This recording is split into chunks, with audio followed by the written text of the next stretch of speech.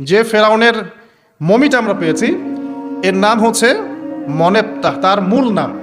তাকে রেমেসিস বলা হতো, আর তার টাইটেল হচ্ছে ফেরো বা ফেরাউন। ঠিক আছে। এখন এই ফেরাউনদের সময় ইউসুফ আলাইহিস সালামের রেখে যাওয়া সেই যে বনু ইসরাইল, এরা আর উন্নত জীবনযাপন করতে পারলো না। তারা দাসত্বের শৃঙ্খলা আবদ্ধ হলো, তাদের উপর জুলুম নির্যাতন শুরু হতে লাগলো। এক পর্যায়ে ফেরাউন তাদেরকে ডিভাইড অ্যান্ড রুলের মতো করে সমাজে নিপীড়িত করতে লাগলো। আর ফেরাউনের অনেক পাপ ছিল, যে পাপটা আমরা আসলে অল্প কথায় ব্যাখ্যা করতে পারবো না। এক কথায় সে নিজেকে আল্লাহ দাবি করেছিল। তারপরে সে সমাজের মধ্যে শিরকের প্রচলন ঘটাতো।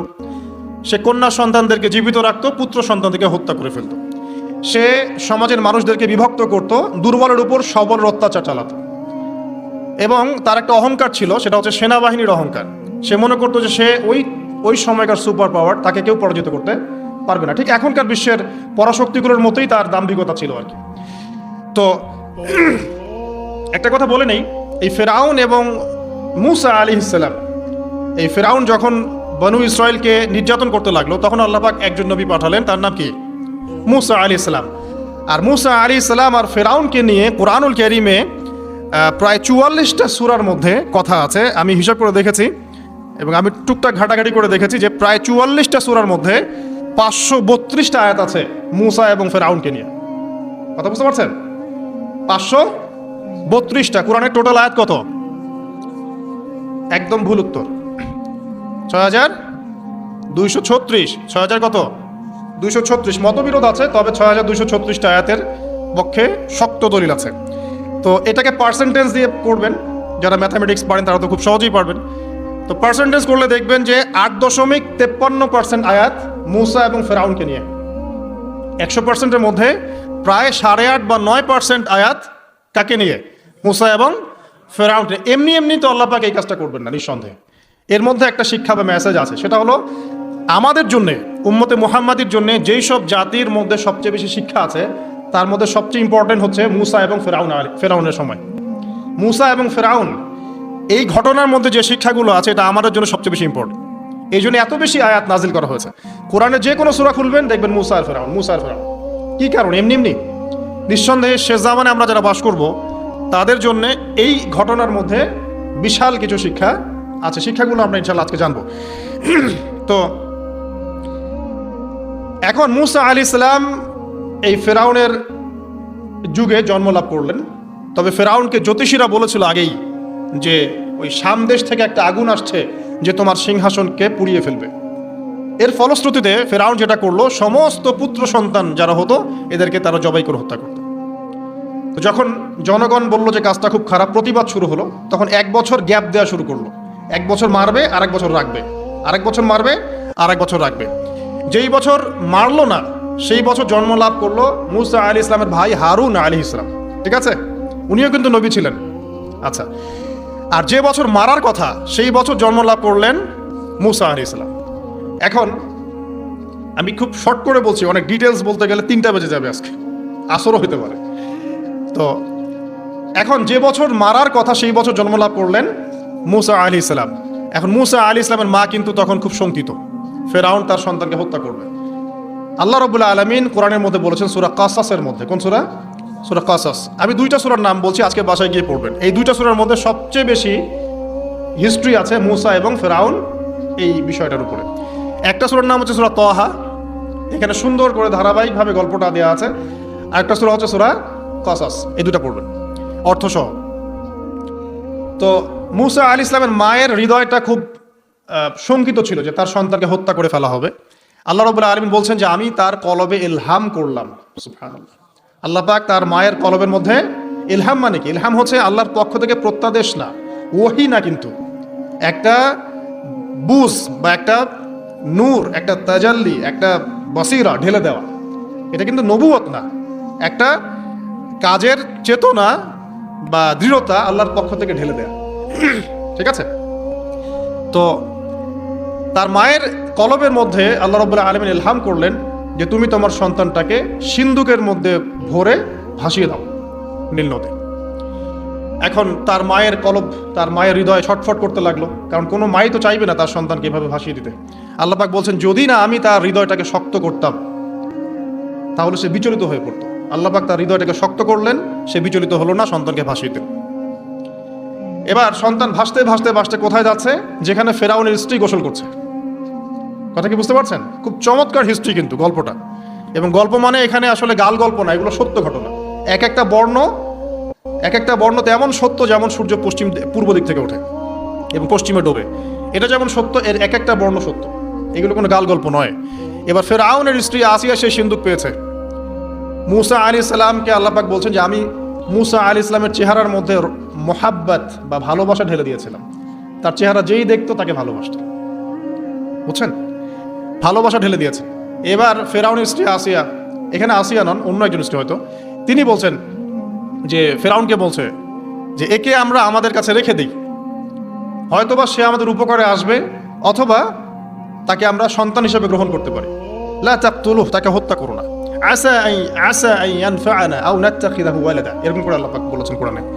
তো ফেরাউন তার স্ত্রীর কথা শুনলো এবং তাকে না হত্যা করে রেখে দিল। আর আল্লাহ রাব্বুল আলামিনের কি কৌশল! ওয়া মাকারুল্লাহ, যেই মূসাকে হত্যা করার জন্য বছরের পর বছর হাজার হাজার শিশুকে হত্যা করা হয়েছে, সংখ্যাটা লাখ লাখও হতে পারে, সেই মূসা আলাইহিস সালামকে আল্লাহ পাক ফেরাউনের ঘরেই লালন পালন করতে লাগলেন। চিন্তা করলেন? এবার মূসা আলাইহিস সালাম যখন যুবক হলেন, আমি সংক্ষিপ্ত করছি, যখন যুবক হলেন তখন একদিন দেখলেন যে রাস্তায় দুজন ব্যক্তি ঝগড়া করছে। সূরা কসসের মধ্যে আছে, ফাইটিং, স্ট্রিট ফাইট।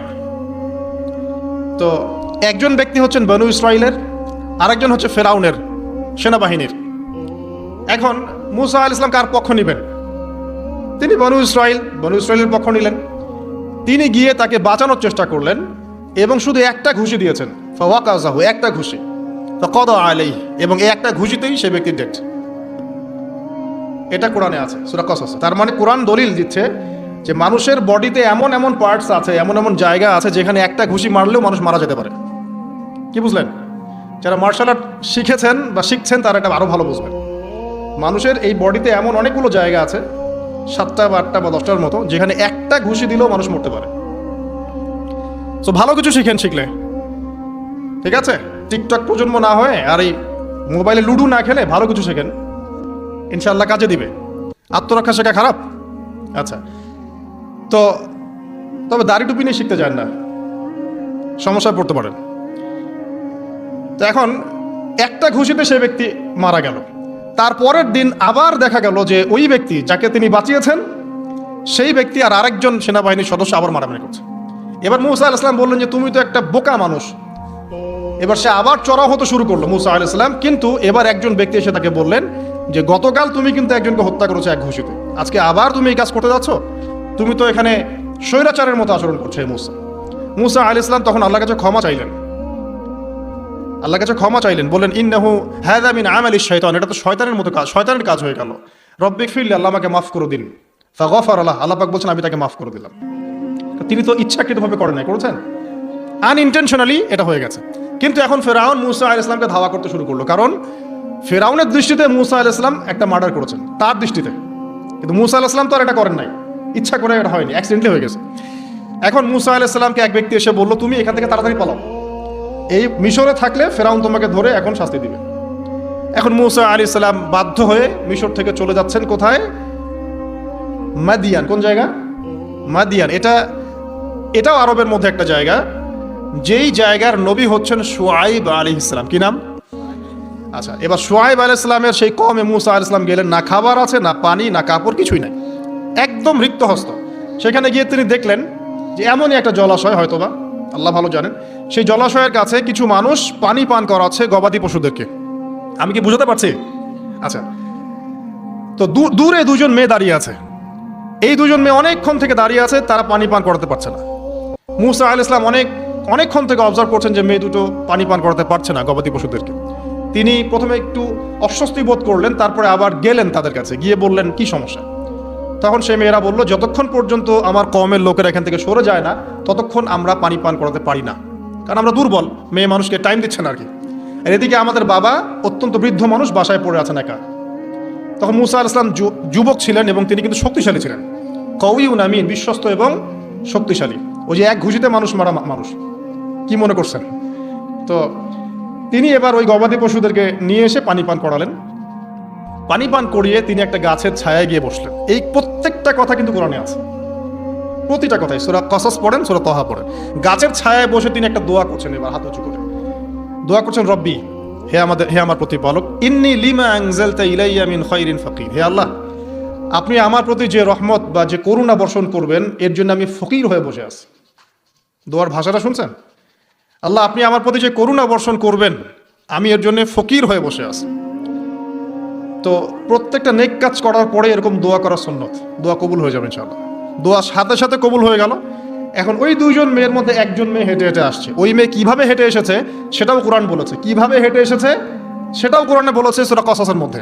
সূরা কসাসে আল্লাহ পাক বলছেন, ওই দুইজন মেয়ের মধ্যে একজন হেঁটে হেঁটে আসলো লাজুক পায়ে। কেমন পায়ে? লাজুক পায়ে। যেই চলাফেরা আপনি এখনকার মেয়েদের মধ্যে দেখতে পারবেন না। এখনকার মেয়েদের হাঁটার মধ্যে লজ্জা আছে, লজ্জাশীলতার সাথে লাজুক ভঙ্গিতে সেই মেয়ে হেঁটে হেঁটে আসলো। আল্লাহ পাক সেই কথাটাও কোরআনে বলেছে। তো যে জায়গায় আসছিলাম, ওই মেয়ের হেঁটে আসাটা আল্লাহ রাব্বুল আলামিন ব্যাখ্যা করেছেন।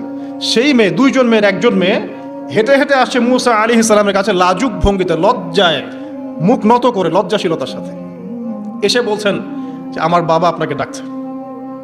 তার বাবাকে শুআয়ব আলাইহিস, আমার বাবা আপনাকে ডাকছে।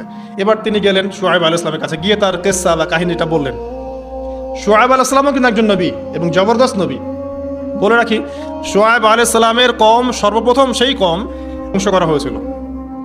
সর্বপ্রথম পৃথিবীতে ভূমিকম্প দিয়ে যে কওমকে ধ্বংস করে দেওয়া হয়েছে সেটা হচ্ছে শুআয়ব আলাইহিস সালামের কওম। আর তিনটা বড় বড় ভূমিকম্প আমাদের সামনে অপেক্ষাও করছে শেষ জামানায়। তিনটা হবেই, একটা পৃথিবীর পশ্চিম দিকে, একটা পৃথিবীর পূর্ব দিকে। আর পূর্ব দিক বলতে কিন্তু আমাদের দিক, Indonesia, Malaysia, Bangladesh, Pakistan, Sri Lanka, India, এই পুরো জায়গা হচ্ছে পূর্ব দিক। আর পশ্চিমা সভ্যতা তো বোঝেন, পশ্চিম কোন দিকে। আর একটা হবে পৃথিবীর মাঝখানে। মাঝখান কোনটা? এই যে জাজিরাতুল আরব, এখানে একটা হবে। এটা হবেই, কোনো বিজ্ঞানী ঠেকাতে পারবে না। তো শুআয়ব আলাইহিস সালামের কওম সেই কওম যাকে ভূমিকম্প দিয়ে ধ্বংস করা হয়েছিল। তো এখন মূসা আলাইহিস সালাম তার কাছে গিয়ে তার ঘটনাগুলো বললেন। শুআয়ব আলাইহিস সালাম তাকে বললেন, ঠিক আছে, আমার মেয়ের একটা দাবি। আমার মেয়ে বলেছে যে তুমি হচ্ছ বিশ্বস্ত এবং শক্তিশালী, তোমাকে যেন আমি আমার কাজে নিয়োগ করি। আসলে মেয়ে বাবাকে ইঙ্গিত একটা মানে মনের ভাব ব্যক্ত করেছে আর কি। তখন তার বাবা সেই ভাবটা বুঝতে পেরেছেন। তিনি বলেছেন, ঠিক আছে, আমি আমার এই মেয়ের সাথে তোমাকে বিয়ে দিব। শর্ত কি? শর্ত হচ্ছে তোমাকে 8 বছর আমার এখানে কাজ করতে হবে। 8 বছর, কত বছর? 8 বছর কাজ করার বিনিময়ে আমি তোমাকে আমার মেয়ের সাথে বিয়ে দিচ্ছি। আর যদি তুমি চাও তাহলে 10 বছর পূর্ণ করতে পারো। ঠিক আছে? তো মূসা আলাইহিস সালাম বলেন, ঠিক আছে, আমাদের মাঝে আল্লাহ পাক সাক্ষী হিসেবে যথেষ্ট। এবার সেখানে মূসা আলাইহিস সালাম তার সংসার শুরু করলেন। 10 বছর অতিবাহিত হলো। তারপরে এখন মিশরে ফিরে যাওয়ার পালা। মূসা আলাইহিস সালাম তার স্ত্রীকে নিয়ে কোথায় যাচ্ছেন এখন? মিশর, তার হোম টাউন। ঠিক আছে, মাদারল্যান্ড। কিন্তু যাত্রা পথে তুয়া উপত্যকায় বিভিন্ন কিতাবে এসেছে তার স্ত্রীর প্রসব বেদনা শুরু হয়। তখন তিনি আগুন তালাশ করতে থাকেন। আগুন তালাশ করতে করতে আস্তে আস্তে তিনি এমন একটা জায়গার দিকে চলে যান, তুয়া উপত্যকায়, যেখানে দেখেন যে গাছের উপর আগুন জ্বলছে। এবং তখন আগুনকে ফলো করতে করতে হঠাৎ তিনি এক গায়েবী আওয়াজ শুনতে পান। আওয়াজটা হচ্ছে এমন, আমি একটু পড়ে শোনাই। আওয়াজটা হচ্ছে এমন যে, ইন্নী আনা রব্বুক ফাখলা'না আলাইক ইন্নাকা বিল ওয়াদিল মুকদ্দাসি তুয়া। এই আওয়াজটা আল্লাহ পাকের। কার আওয়াজ? সুবহানাল্লাহ। আল্লাহ পাক মূসা আলাইহিস সালামের সাথে কথা বলছেন এই জায়গায়।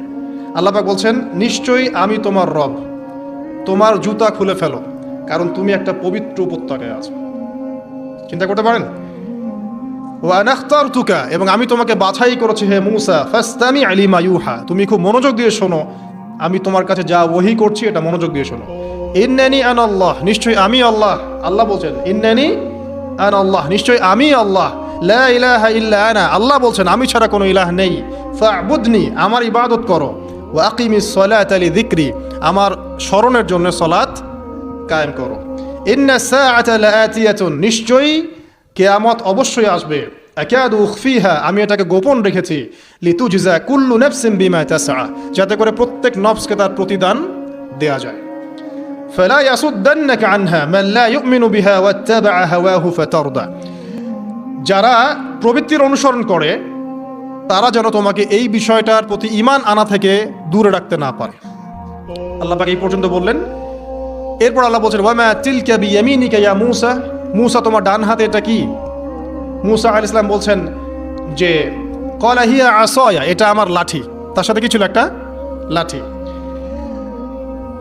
আতাওয়াক্কাউ আলাইহা ওয়া আহুশু বিহা আলা গনামি ওয়া লিয়া ফিহা মাআরিব উখরা, এই লাঠি দিয়ে আমি গাছের ডাল ছাঁটি, গবাদি পশুদেরকে চড়াই, এছাড়া আমি আমার বিভিন্ন কাজে লাঠি ব্যবহার করি।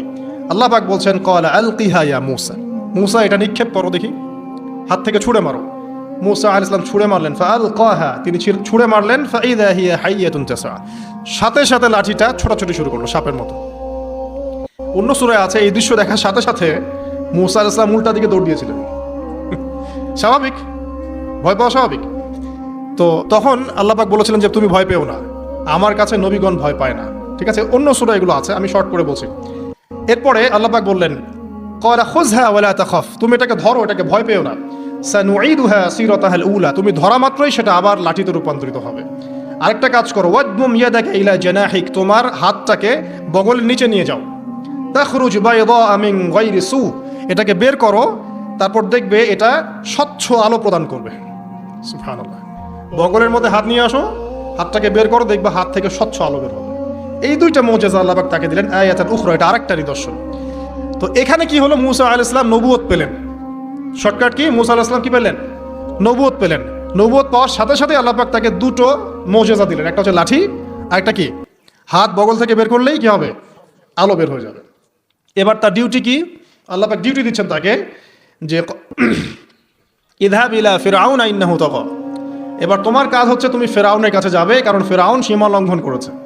তখন মূসা আলাইহিস সালাম বললেন রব্বি ইশরাহ লি সাদরি, আল্লাহ আমার বক্ষটাকে প্রশস্ত করে দিন। মানে আমার তো সেখানে যাওয়ার সাহস হচ্ছে না, আমি তো সেখানে ওদের দৃষ্টিতে একজন খুনের আসামি, ওদের দৃষ্টিতে ওরা তো আমাকে পেলে হত্যা করে ফেলবে। আল্লাহ পাক বলছেন কাল্লা, কখনো না, তারা তোমাকে হত্যা করতে পারবে না।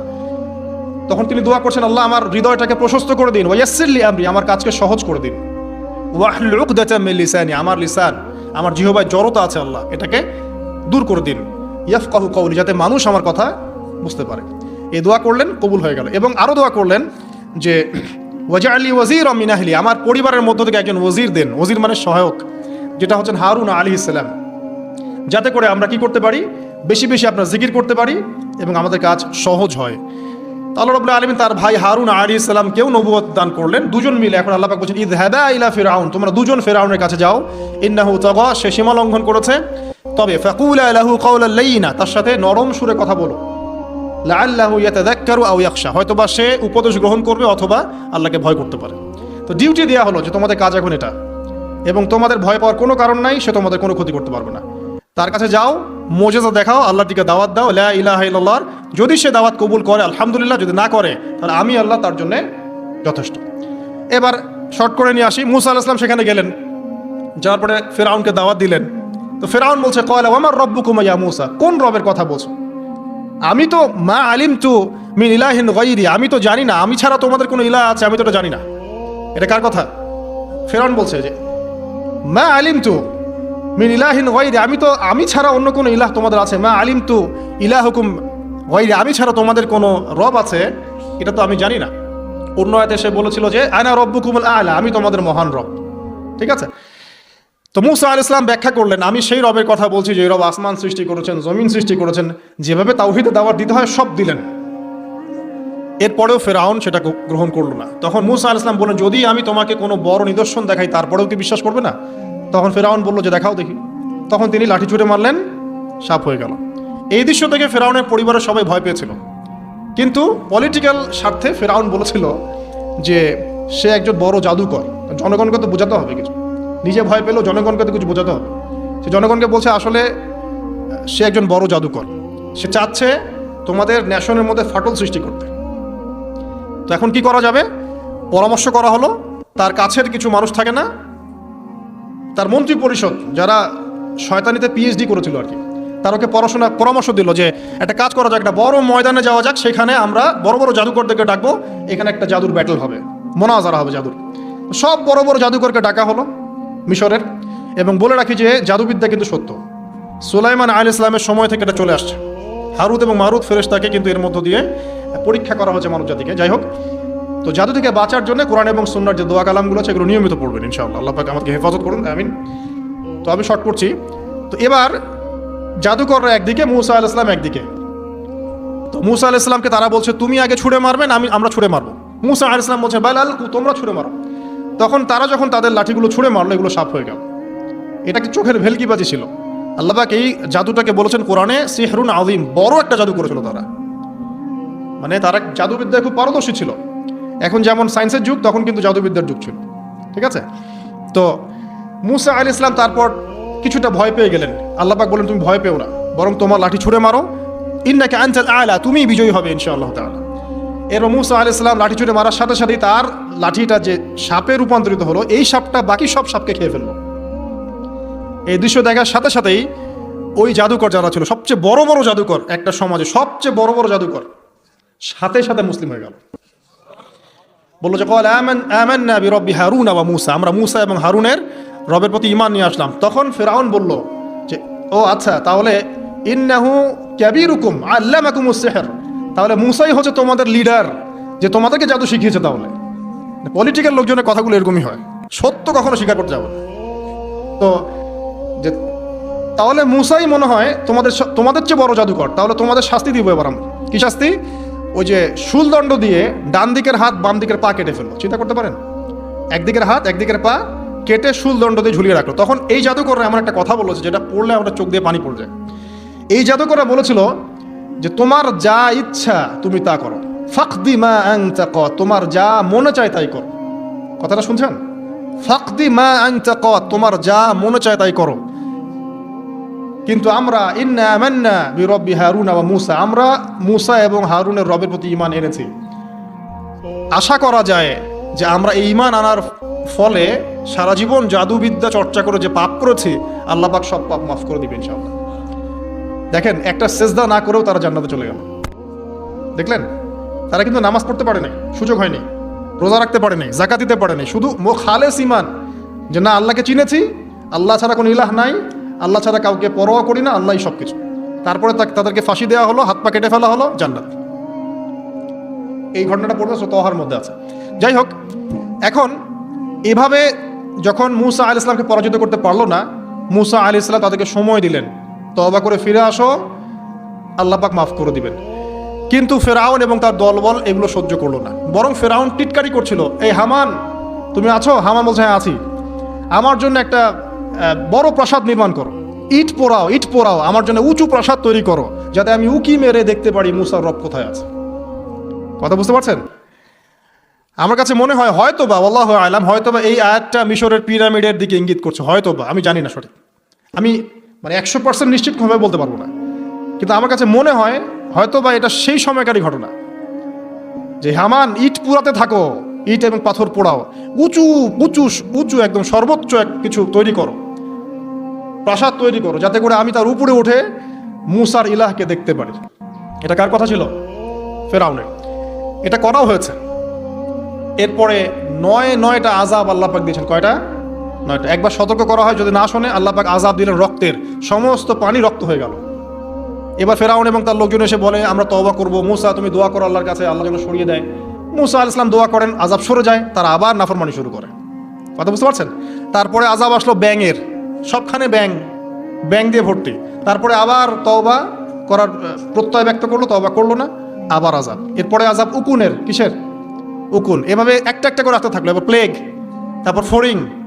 প্লেগ এমনভাবে এসেছিল যে একদিনেই 70,000 মানুষ মারা গেছে। এভাবে 9টা আযাব আল্লাহ পাক দিলেন, কিন্তু ফেরাউন কিছুতেই ঈমান আনলো না। এবার সবশেষ পালা, সর্বশেষে মূসা আলাইহিস সালাম বললেন যে বনু ইসরাইলকে আমার সাথে যেতে দিবা কিনা সেটা বল। তো এখন যেহেতু অনেক মানুষ মারা যাচ্ছে প্লেগে, সবশেষে গিয়ে মূসা আলাইহিস সালামের কাছে ফেরাউন এবং তার এই যে হামান কারুন যারা ছিল, এরা নমনীয় হলো এবং বলল ঠিক আছে, তোমরা বনু ইসরাইলকে নিয়ে এখান থেকে বের হয়ে যাও, মিশরে আমরা আর কোনো আপদ চাই না, তোমরা চলে যাও এখান থেকে। এবার যখন মূসা আলাইহিস সালাম এবং বনু ইসরাইল এখান থেকে বের হয়ে যাচ্ছেন, বলা হচ্ছে তাদের সংখ্যা ছিল প্রায় 30 লক্ষ, কেউ বলেছেন 40 লক্ষ। সংখ্যাটা ফ্যাক্ট না, বনু ইসরাইলের একটা বড় কম ছিল, 10 থেকে 20% মানুষ মিশরের বনু ইসরাইল ছিল। তারা এখন বের হয়ে যাচ্ছেন রাতের অন্ধকার শেষ হয়ে ফজরের সময়। ফেরাউনের মাথায় আবার শয়তানি চাপলো। সে বলল, না, এদেরকে যেতে দেওয়া যাবে না, যদি চলে যায় ওখানে গিয়ে যদি বিদ্রোহ করে আমাদের উপর হামলা করে। কি করণীয়? ফুল ফোর্স নিয়ে, তার যত সেনাবাহিনী ছিল সমস্ত সেনাবাহিনী নিয়ে ফেরাউন মূসা আলাইহিস সালাম এবং তার কওমকে ধাওয়া করা শুরু করলো পিছন থেকে। এবার মূসা আলাইহিস সালাম যাচ্ছেন, তার কওমকে সাথে নিয়ে, সামনে পড়ে গেল লোহিত সাগর। কোন সাগর? লোহিত সাগর। আর পিছনে ফেরাউনের বাহিনী। এরকম একটা অবস্থায় মূসা আলাইহিস সালামের কওমের কিছু মানুষ বলেছিল, ইন্না ইন্না লামুদরাকুন, হে মূসা, আমরা তো ধরা পড়ে গেলাম, আমরা তখন যেতে পারবো না, সামনে সাগর, পিছনে ফেরাউন। এই সময় মূসা আলাইহিস সালাম একটা কথা বলেছিলেন, এই কথাটা যে বলতে পারবে বিপদের সময়, আল্লাহ পাক তার সাথে থাকবেন ইনশাআল্লাহ। মূসা আলাইহিস সালাম বলেছিলেন কাল্লা, ওইরকম একটা অবস্থা তিনি বলছেন কাল্লা, কখনো নয়। ইন্না রব্বি মাইয়া সাইয়াহদিন, আমার রব আমার সাথে আছেন, তিনি আমাকে পথ দেখাবেন। কথা বুঝতে পারছেন? ব্যাস, আল্লাহ পাকের সাহায্য নেমে আসলো। তিনি বললেন, লাঠি ছুঁড়ে মারো। লাঠি ছুঁড়ে মারার সাথে সাথেই একটা দুইটা না, 12টা রাস্তা হয়ে গেল, পানি ভেদ করে, সাগর ভেদ করে। আর এই 12টা রাস্তা দিয়ে, এটা কোনো গাল গল্প নয়, 12টা রাস্তা দিয়ে বনী ইসরাইলের 12টা দল চলে গেল, পার হয়ে গেল। আর ফেরাউন এটা অবাক হয়ে দেখছে। এক পর্যায়ে সেও সিদ্ধান্ত নিল যে আমিও আমার ফোর্স নিয়ে ধাওয়া করব। এই যে সে নামলো লোহিত সাগরের সাথে সাথে পানি আবার আগের জায়গায়। এক মুহূর্তের মধ্যে, মানে এক দিনে পুরো ফেরাউন এবং ফেরাউনের যত সেনাবাহিনী আছে একদিনের মধ্যেই শেষ, পৃথিবী থেকে চিরবিদায়। আল্লাহ পাক এত চমৎকার করে কথাটা বলেছেন, কাম তারাকু মিন জান্নাতি ওয়া উয়ুন, তারা কতই না বড় বড় জান্নাত মানে বাগান এবং প্রস্রবণ পার হয়ে চলে গেল। কুনুজি ওয়া মাকামিন কারীম, কত সুন্দর সুন্দর জায়গা তারা ছেড়ে দিয়ে চলে গেল। এবং তারা ধাওয়া করতে লাগলো ফেরাউন মূসার বাহিনীকে। যখন তারা ডুবে গেল, ফামা বাকাত আলাইহিমুস সামা ওয়াল আরদ, তাদের জন্য আসমান এবং জমিনের কোনো সৃষ্টি এক ফোঁটা চোখের পানিও ফেলে নাই।